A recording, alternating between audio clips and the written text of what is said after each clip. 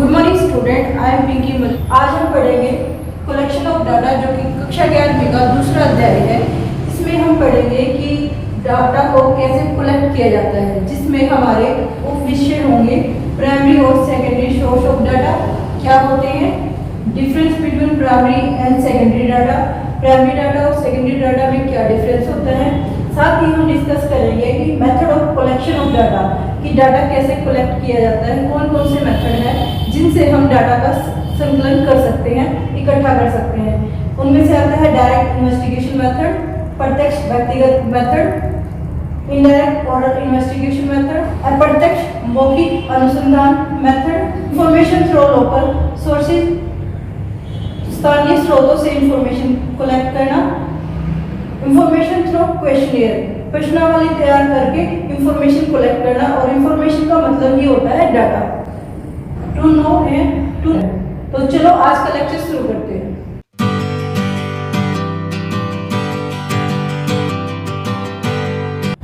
Collection of data, collection of data हमें बताता है कि डाटा को कैसे इकट्ठा किया जाता है। डाटा यानी कि आंकड़े, आंकड़ों को क्यों इकट्ठा किया जाता है, संकलित किया जाता है। आंकड़ों का संकलन हमें बताता है कि जो भी हम आंकड़े इकट्ठे करते हैं उन्हीं के बेस पर हम किसी भी समस्या का समाधान निकाल सकते हैं। सांख्यिकी हमें क्या सिखाती है, सांख्यिकी हमें बताती है कि आंकड़ों को किस प्रकार प्रयोग करके हम आर्थिक और सामाजिक समस्याओं का समाधान कर सकते हैं। तो आंकड़े ही हैं जो सांख्यिकी को इतना इम्पोर्टेंट बनाते हैं। तो क्वेश्चन यहाँ आता है कि हम आंकड़े कैसे इकट्ठा करें। आंकड़े होते क्या है? आंकड़ों का मतलब होता है कोई भी इंफॉर्मेशन जो कि न्यूमेरिकल फॉर्म में होती है, जो नंबर्स फॉर्म में होती है, जिनसे आप कोई भी इंफॉर्मेशन निकाल सकते हो। न्यूमेरिकल फॉर्म जैसे 1 2 3 4 इसकी काउंट में होती है, हमने फर्स्ट चैप्टर में भी पढ़ा था। डाटा जो कि न्यूमेरिकल फॉर्म में होता है वो किसी भी इकोनॉमिक प्रॉब्लम को सोल्यूशन करने के लिए इम्पोर्टेंट होता है। आंकड़े यानी कि डाटा कैसे कलेक्ट करते हैं, इस लेक्चर में हम देखते हैं कि जो डाटा कलेक्ट करते हैं उनके पीछे मेन मोटिव होता है कि हम किसी भी सामाजिक आर्थिक समस्या का समाधान कर सके। जैसे एक बच्चा पढ़ने में कमजोर है तो उसकी रिकॉर्डिंग भी हम इंफॉर्मेशन निकालते हैं कि वो बच्चा कमजोर क्यों है। उसके लिए हम जांच करते हैं कि उसका रिपोर्ट कार्ड में क्या है, खेल कूद में कैसा है, या वो उसको हेल्थ इशू कुछ है या नहीं है। तो ये सारे के सारे जो इन्फॉर्मेशन हम लेते हैं वो डाटा कहलाता है। जब भी इंफॉर्मेशन को हम न्यूमेरिकल फॉर्म में लेते हैं तो वो आंकड़े कहलाते हैं। आंकड़े कलेक्ट करने के अलग अलग मेथड हो सकते हैं, जिनमें से 2 मेथड मेन होते हैं, जिनको हम प्राइमरी और सेकेंडरी सोर्स बोलते हैं। प्राइमरी यानी कि प्राथमिक और सेकेंडरी यानी कि द्वितीयक source. Secondary sources data collect करने के 2 मेन मेथड है, primary and secondary source. Primary data pure होते हैं, ओरिजिनल होते हैं और वहीं से कलेक्ट किए जाते हैं जहाँ से कोई प्रॉब्लम अराइज होती है। जबकि सेकेंडरी सोर्स डाटा का वो सेकेंड हैंड डाटा होता है, वो पहले से ही यूज कर चुके होते हैं। और mainly secondary data primary source के डाटा का यूज करता है। इसलिए जो प्राइमरी सोर्स का डाटा होता है उसको हम फर्स्ट हैंड डाटा बोलते हैं। फर्स्ट हैंड डाटा बोलते हैं। प्राइमरी, अब देखते हैं प्राइमरी सोर्स क्या है। प्राइमरी सोर्स का मतलब है वो आंकड़े जिनको अनुसंधानकर्ता का मतलब है कोई भी रिसर्चर जो किसी समस्या का समाधान निकालना चाहता है उसके बारे में इंफॉर्मेशन निकालता है, वही रिसर्चर होता है, अनुसंधानकर्ता होता है। जैसे अगर एक टीचर अपने बच्चे की प्रॉब्लम को डिस्कस करता है, उससे डाटा कलेक्ट करता है, उसके फ्रेंड से उसके बारे में पूछता है कि ये कमज़ोर क्यों है स्टडी में, ये हमेशा से ही कमज़ोर है स्टडी में, या कोई उसके पीछे लॉजिक है, या कोई मेंटली प्रेशर है, ऐसे कुछ वो भी कुछ भी जो नया फाइंड आउट कर रहा है उसे ही हम रिसर्च बोलते हैं, उसे ही हम रिसर्चर बोलते हैं, जो किसी भी समस्या का समाधान निकालना चाहता है या कुछ नया खोजता है। और कोई भी रिसर्चर नया तभी निकाल सकता है जब उसके पास डाटा हो। डाटा उसके पास एक टूल का काम करता है। अनुसंधानकर्ता वो डाटा प्राइमरी सोर्स से भी ले सकता है और सेकेंडरी सोर्स से भी ले सकता है। जैसे अगर एक स्टूडेंट से हम इंफॉर्मेशन ले रहे हैं, जिस स्टूडेंट को प्रॉब्लम है उसी से हम इंफॉर्मेशन ले रहे हैं, उसी की फैमिली से इंफॉर्मेशन ले रहे हैं और टीचर खुद ले रहा है, तो वो प्राइमरी सोर्स है। लेकिन अगर प्रिंसिपल ये जानना चाहता है कि स्टूडेंट्स में क्या प्रॉब्लम है और वो स्टूडेंट से डायरेक्ट ना पूछ के टीचर से पूछता है, तो वो सेकेंडरी सोर्स है। सेकेंडरी डाटा में जो डाटा है वो पहले ही किसी दूसरे व्यक्ति द्वारा यूज कर लिया जाता है, तो इसलिए जो प्राइमरी सोर्स है, प्राथमिक डाटे हैं, वो अनुसंधानकर्ता के द्वारा पहली बार यूज किए जाते हैं, फर्स्ट टाइम यूज होते हैं, जिनको हम फर्स्ट हैंड डाटा कहते हैं। और सेकेंडरी डाटा होते हैं, उनको हम सेकेंड हैंड डाटा बोलते हैं, जो पहले यूज कर चुके होते हैं, उन्हीं को मॉडिफाई करते हैं। तो अगर हम इन दोनों के बीच में डिफरेंस देखें, तो जो फर्स्ट डिफरेंस आता है वो आता है ओरिजिनल डाटा। फर्स्ट डिफरेंस है प्राइमरी डाटा का, वो आता है ओरिजिनल। जो प्राइमरी डाटा होते हैं वो ओरिजिनल होते हैं, मौलिक होते हैं, वहीं से कलेक्ट किए जाते हैं जहाँ कोई समस्या होती है। जबकि जो सेकेंडरी डाटा है वो मौलिक नहीं होते हैं, उनको यूज किया जाता है, वो सेकेंड हैंड डाटा होते हैं। प्राइमरी डाटा में टाइम, मनी, एनर्जी तीनों का ज्यादा प्रयोग होता है, इसलिए इसको ज्यादा कॉस्टली मानते हैं। जबकि इसकी लागत कम होती है, ये लेस कॉस्ट होता है, क्योंकि डाटा पहले ही कलेक्ट कर लिए जाते हैं, इसलिए प्राइमरी डाटा में ज्यादा खर्च आता है, उन्हीं को हम मॉडिफाई करते हैं। ये ऑथेंटिक होते हैं, ये डाटा बिल्कुल प्योर होते हैं, इनमें कोई भी चेंज नहीं होता है, जबकि ये मॉडिफाइड डाटा होते हैं। प्राइमरी डाटा वहाँ कलेक्ट किए जाते हैं जहाँ रिसर्च का एरिया काफ़ी कम होता है। अब रिसर्च का एरिया का मतलब होता है कि जिस एरिया में हम कैलकुलेशन करना चाहते हैं, डाटा कलेक्ट करना चाहते हैं, वही हमारा फील्ड कहलाता है।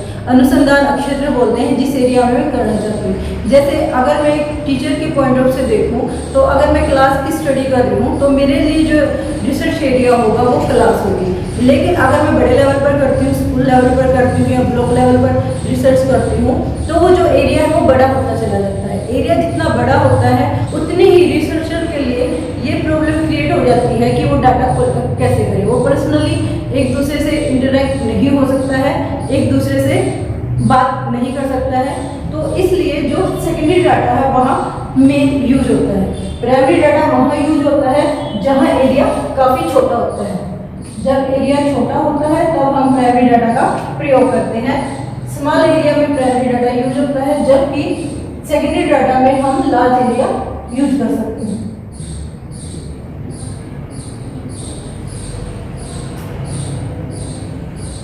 तो अगर हम मीनिंग और डेफिनेशन की बात करें, प्राइमरी डाटा वही डाटा है जो रिसर्चर के द्वारा पहली बार यूज किया जाता है, जबकि सेकेंडरी डाटा होता है जो सेकेंड टाइम यूज किया जाता है। अब हम देखते हैं कि डाटा कलेक्ट कैसे किया जाता है, कौन कौन से ऐसे मेथड है जिससे डाटा कलेक्ट किया जाता है। दो सोर्स होते हैं डाटा कलेक्ट करने के, प्राइमरी और सेकेंडरी, जो अलग अलग मेथड से कलेक्ट किए जाते हैं। तो देखते हैं कि वो कौन कौन से मेथड है जिनसे डाटा कलेक्ट किया जाता है। तो उनमें से एक आता है direct method, indirect method, information through local persons, information through question।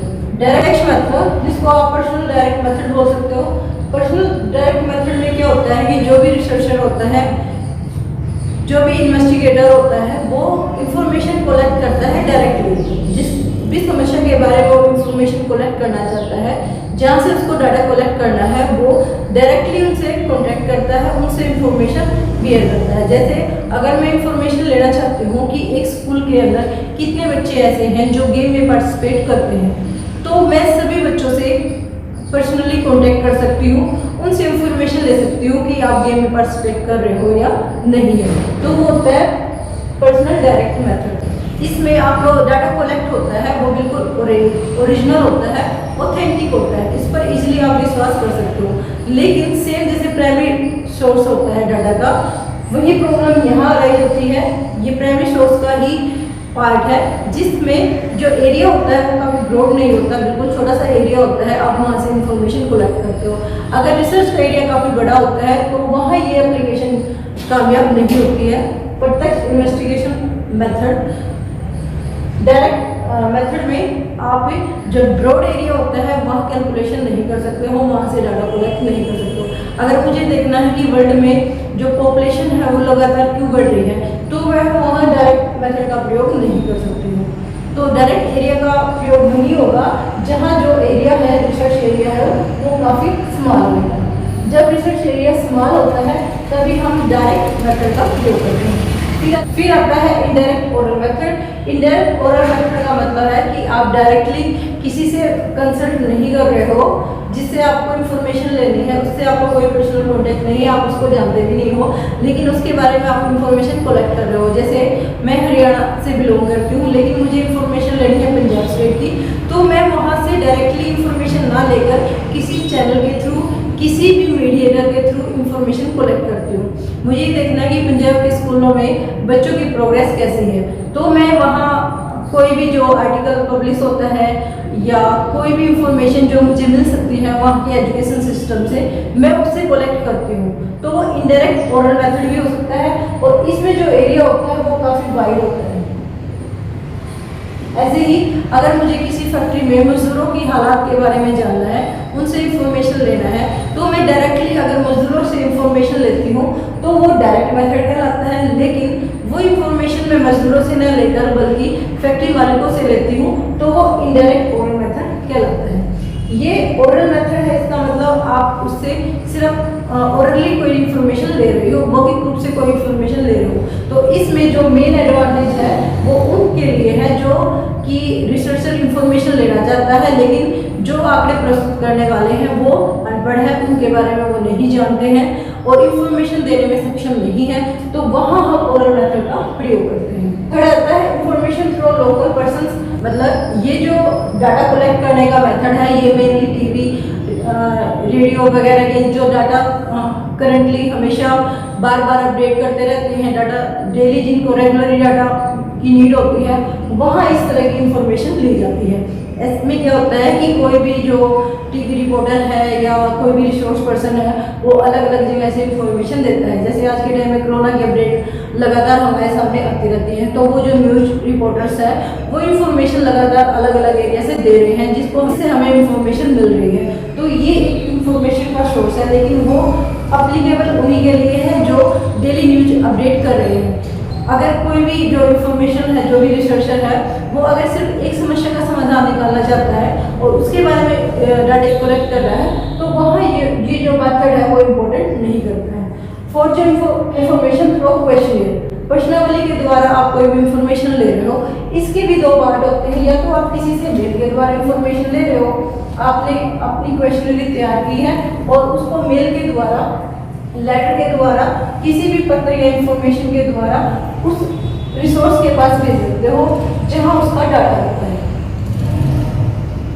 इसकी भी एडवांटेज और डिसएडवांटेज है।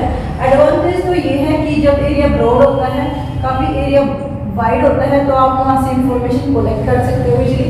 आपको सिर्फ क्या करना है कि आपने क्वेश्चनरी तैयार करनी है, प्रश्नावली बनानी है। प्रश्नावली का मतलब होता है लिस्ट, सारे के सारे क्वेश्चन जो आपने सूचना देने वाले से प्राप्त करने हैं। उस सूचना देने वाले के बारे में आप नाम और उसका एड्रेस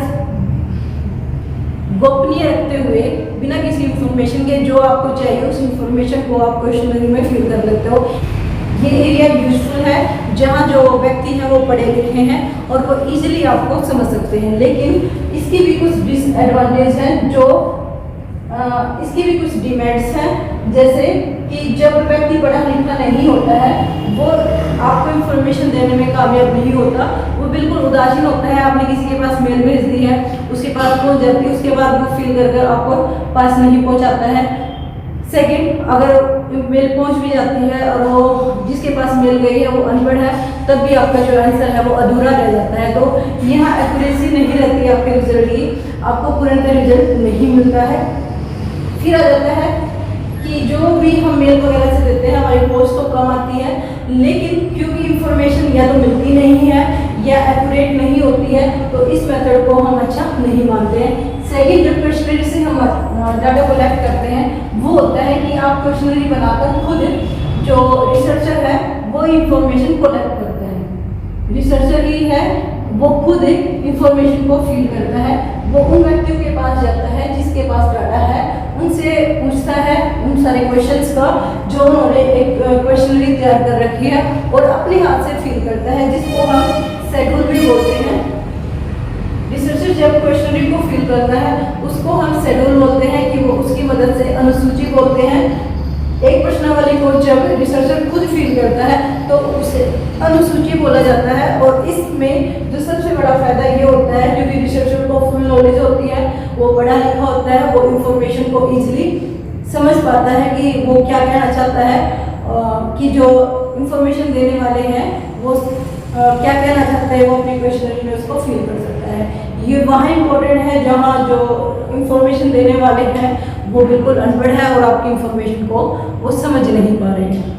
हमने देखा कि जो क्वेश्चनरी होती है उससे ही हम डाटा कलेक्ट करते हैं, चाहे कोई भी मेथड है, चाहे वो डायरेक्ट पर्सनल इन्वेस्टिगेशन है या ओरल टेस्ट है या ओरल इन्वेस्टिगेशन है या क्वेश्चनरी हम डाटा कलेक्ट करते हैं through local channels, local resources या कोई भी मेथड है, तो उसमें क्वेश्चनरी होना जरूरी है कि आपके पास इंफॉर्मेशन होना जरूरी है कि आप क्या लेना चाहते हो, क्या पूछना चाहते हो। वही जो लिस्ट है, क्वेश्चनरी का मतलब है लिस्ट ऑफ क्वेश्चंस, जो भी आप इंफॉर्मेशन लेना चाहते हो उनकी आप एक पहले लिस्ट बना लेते हो, कि आप एक फॉर्मेट बना लेते हो, उसके रिगार्डिंग ही आप सूचना देने वालों से सूचना कलेक्ट करते हो। इसी को हम क्वेश्चनरी प्रश्नावली बोलते हैं। प्रश्नावली को जब रिसर्चर इन्वेस्टिगेटर यानी कि गणक है अगर वो खुद भरता है तो उसे हम अनुसूची बोलते हैं, लेकिन अगर वो सूचना देने वालों से भरवाता है तो उसे हम प्रश्नावली बोलते हैं।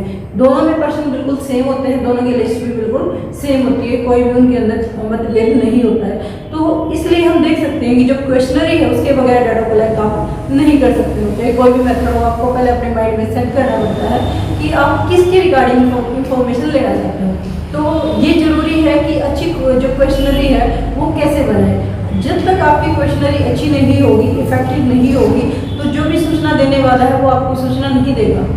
प्रॉब्लम आपकी है, सूचना आपको कलेक्ट करनी है, तो सामने वाला क्यों देगा? सामने वाला तभी देगा जब आप उसको यकीन दिलाओगे कि जो इंफॉर्मेशन ली जा रही है वो कहीं ना कहीं समाज के लिए यूजफुल है, आपकी किसी न किसी समस्या का समाधान करेगी, और वो आपके लिए एक रिक्वेस्ट है कि आप उसको फील करो। तब तक आप अपने आप को प्रेजेंट ही नहीं करोगे, इंफॉर्मेशन कलेक्ट करने में अगर आप सक्षम नहीं होगे तो आप डाटा कलेक्ट नहीं कर सकते हो। तो इसके लिए ज़रूरी है कि जो आप क्वेश्चनरी तैयार करते हो वो काफ़ी इफेक्टिव होनी चाहिए, प्रेजेंटेबल होनी चाहिए, जो दूसरों को आसानी से समझ में आ सके। तो हम देखते हैं कि कौन कौन सी ऐसी क्वालिटी है, कौन कौन से ऐसे गुण हैं जो क्वेश्चनरी को बहुत बढ़िया बनाते हैं, जिससे हम इंफॉर्मेशन कलेक्ट कर लेते हैं। तो जो सबसे इंपॉर्टेंट होती है वो होती है 10 नंबर ऑफ क्वेश्चन। अगर आपके जो क्वेश्चंस हैं वो काफ़ी कम हो गए तो जो इन्फॉर्मेशन देने वाला है वो इजीली उसको फील कर देगा। लेकिन अगर क्वेश्चंस की जो लिस्ट है वो काफ़ी ज़्यादा होगी तो आपको लगेगा कि जो ये क्वेश्चन फील करने में काफ़ी समय लग जाता है और काफ़ी बोरिंग काम है, तो वो उसको फील करके नहीं देता है। इसलिए जो नंबर ऑफ लिस्ट क्वेश्चंस है वो काफ़ी कम होना चाहिए। सेकेंड है सिंप्लिसिटी। जितने भी क्वेश्चंस आप बना रहे हो वो बिल्कुल इजी लैंग्वेज में होने चाहिए, इजी टू अंडरस्टैंड होने चाहिए, ताकि जो भी इंफॉर्मेशन देने वाला है वो इनको समझ सके। अगर आप क्वेश्चंस की जो लैंग्वेज है वो इतनी टफ बना दोगे कि सूचना देने वाला उसको समझ ना सकेगा, तो वो आपके क्वेश्चंस के पीछे बिल्कुल उदासीन होगा, वो इंफॉर्मेशन आपको नहीं देगा। थर्ड जो आता है प्रॉपर ऑर्डर। किसी भी क्वेश्चन की फॉर्म को अगर आप बना रहे हो तो उसको प्रॉपर ऑर्डर में होना चाहिए। जैसे अगर आप किसी को जानना चाहते हो कि आप किस एरिया से ले रहे हो तो उसके बारे में आप उसका नाम, उस एरिया का नाम लिख सकते हो। उसके बारे में आप पर्सनल इंफॉर्मेशन जैसे मैरिड है या अनमैरिड है, गर्ल्स है या बॉयज़ है, उसकी रिगार्डिंग आप इंफॉर्मेशन ले सकते हो। अगर आप स्टार्टिंग में ही ये इंफॉर्मेशन लेते हो कि आप बॉय हो या गर्ल हो, उसके बारे में आप पूछते हो आप किस रिलीजन में रहते हो, तो वो जो ऑर्डर होगा वो बिल्कुल इम्प्रॉपर होगा। फोर्थ आता है अननेसेसरी डाटा। जिस डाटा की आपको जरूरत नहीं है आप उस डाटा को क्वेश्चनरी में फिल ना करो। जैसे अगर आपको सिर्फ ये देखना है कि पंजाब में उत्पादन है वो बढ़ चुका है हरित क्रांति के बाद और हरियाणा में, जबकि दूसरे स्टेट में नहीं बढ़ा है, आप इसके रिगार्डिंग इंफॉर्मेशन लेना चाहते हो, तो अगर आप फैक्ट्री के बारे में उसमें क्वेश्चन डालोगे, इंडस्ट्रियल सेक्टर के बारे में इंफॉर्मेशन डालोगे, तो वो बिल्कुल इम्प्रॉपर होगा, अननेसेसरी होगा। उसी के बारे में आप क्वेश्चन ऐड करो, डालो, जिसके बारे में आप डाटा कलेक्ट करना चाहते हो। फिर आ जाता है नो कंट्रोवर्सी। कभी भी क्वेश्चनरी में ऐसे क्वेश्चन पुट नहीं करने चाहिए, ऐसे क्वेश्चन नहीं रखने चाहिए जो किसी के भी धर्म को, जाति को या उसकी मेंटलिटी को शो करता हो। हमें कोई भी ऐसे पक्षपातपूर्ण क्वेश्चन नहीं डालना चाहिए। क्वेश्चनरी का जो मोटिव होता है वो सामाजिक व आर्थिक समस्या का समाधान करना होता है। इसलिए अगर आप कोई भी ऐसा क्वेश्चन डालते हो जो समाज के खिलाफ है या किसी के मेंटल लेवल के खिलाफ है, तो वो जो क्वेश्चनरी है वो एक तरह से आप बायस है आपकी जो डाटा है, जिससे आप इंफॉर्मेशन लेने में असमर्थ होगे और सामने वाला भी उसको रिजेक्ट कर देगा, आपको कोई भी इंफॉर्मेशन नहीं देगा। प्री टेस्टिंग, जब भी आप कोई भी क्वेश्चनरी बनाते हो तो उसको पहले क्वेश्चनरी बनाने के बाद उसकी फ्री टेस्टिंग करनी जरूरी है। प्री टेस्टिंग का मतलब है कि जब आप फील्ड सर्वे करते हो उससे पहले 5 या 7 व्यक्तियों से संपर्क करके उसकी क्वेश्चनरी के बारे में जान सकते हो, उनसे पूछ सकते हो, उनसे डाटा भरवा सकते हो। अगर उनको लगता है कि जो इसमें क्वेश्चंस है वो बिल्कुल सही है या कुछ क्वेश्चन ऐसे हैं जो गलत हैं, तो उसको आपको तो उस क्वेश्चनरी को आपको मॉडिफाई करना पड़ेगा। प्री टेस्टिंग ही है जो आपकी क्वेश्चनरी को बेटर बनाती है। जैसे क्लास में टीचर्स है बार बार आपके टेस्ट लेते हैं, वो आपके फाइनल एग्जाम की प्रिपरेशन के लिए, आपकी प्रैक्टिस के लिए, ऐसे ही आपको क्वेश्चनरी के लिए प्री टेस्टिंग जरूरी है। फिर आ जाता है इंस्ट्रक्शन। जब भी आप कोई भी क्वेश्चनरी बनाते हो तो स्टार्टिंग में आप कोई भी फॉर्म भी फिल करते हो तो उसमें इंस्ट्रक्शन जरूर आते हैं, दिशा निर्देश जरूर आते हैं कि कैसे फिल करना है। अगर आप सर्कल लगा रहे हो तो उनको सर्कल को फिल करना है या आपको टिक करना है, या जो आंसर है हाँ या नो में देना है। कुछ जो क्वेश्चनरी होते हैं वो कंपलसरी है, आपको उनका आंसर देना ही देना होता है, अनिवार्य होते हैं। कुछ ऐसे हैं जिनको आप स्किप कर सकते हो। तो इस तरह की जो दिशा निर्देश है वो आपको फिल करनी जरूरी है। फिर आ जाता है रिक्वेस्ट टू रीडर, क्योंकि जो भी इंफॉर्मेशन देने वाला है वो आपके लिए यूजफुल है, आपको इंफॉर्मेशन दे रहा है, तो आपको रिक्वेस्ट करनी चाहिए कि वो आपको फिल करके दे। जब आप रिक्वेस्ट करते हो उसको रिटर्न करने के लिए मेल के थ्रू, अगर आप किसी को लेटर के द्वारा या मेल के द्वारा किसी को क्वेश्चनरी भेज रहे हो तो आप प्लीज़ रिक्वेस्ट करो उसको कि वो आपको फिल करके दे।